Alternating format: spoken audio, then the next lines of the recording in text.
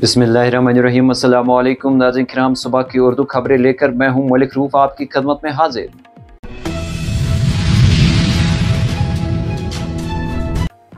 वज़ीर आज़म नरेंद्र मोदी जम्मू कश्मीर में आइंदा असेंबली इंतखाबात में भारतीय जनता पार्टी की मुहिम की करेंगे क़यादत।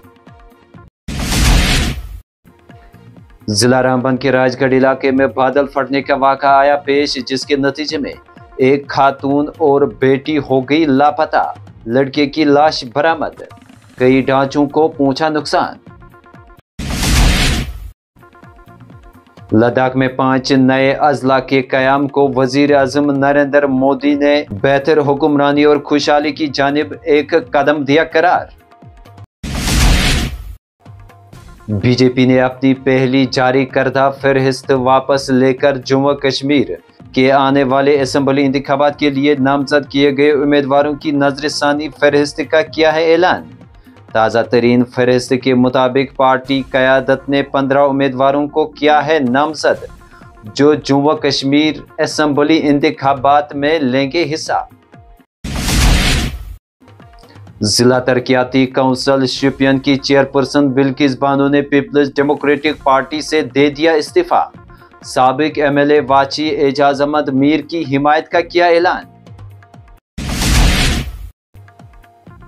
मंडेट कोई मसला नहीं बल्कि जीत ही है हमारा mission. BJP Jammu Kashmir unit के सदर रविंदर रैना का बयान। कहा, कारकुनों लीडरों से कई दिनों तक तबादला ख्याल करने के बाद उम्मीदवारों की पहली लिस्ट लाई गई है मंजर आम पर।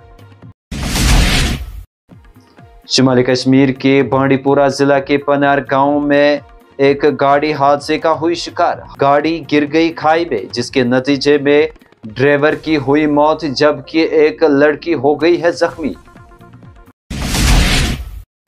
कश्मीरी खवातीन की सलामती, मसावी मौके और एहतराम को बनाया जाएगा यकीनी, और इस समत में पूरी ताकत के साथ करेंगे काम।